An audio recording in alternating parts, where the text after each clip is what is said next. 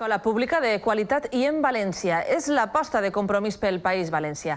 Els caps de llista a les Corts per València, Glòria Marcos i Enric Morera, han visitat l'Institut d'Ensenyament Secundari de Riols per a criticar la situació en què es troben els alumnes que han de fer classes en barracons. Compromís pel País Valencià ha criticat les condicions de l'Institut Orriols com a exemple de la política educativa actual.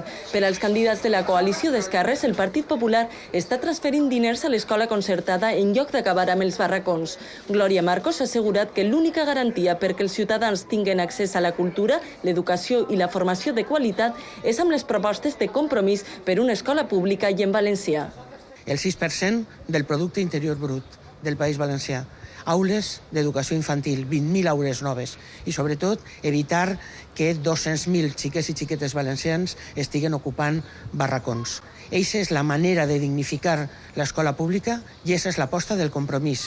Una millora no només per als alumnes. Enric Morera ha remarcat que Compromís serà clau perquè el pròxim govern faci una inversió decidida en l'ensenyament que contemple també els professors. Suprimirem els barracons. Farem l'escolarització de tots els xiquets i xiquetes de 0 a 3 anys. Farem una inversió decidida en l'ensenyament permanent d'adults. Acabarem amb els barracons i, sobretot, incrementarem el salari dels professionals de l'educació, que hem de recordar cobren molt menys que el que cobren els professionals de la resta d'Espanya. Compromís pel País Valencià ha recorregut el decret d'admissió d'alumnes en considerar que amb diners públics els centres privats no poden posar diferents condicions a l'hora de triar alumnes. En aquest sentit, han manifestat que paralitzaran qualsevol proposta de concertació dels batxillerats.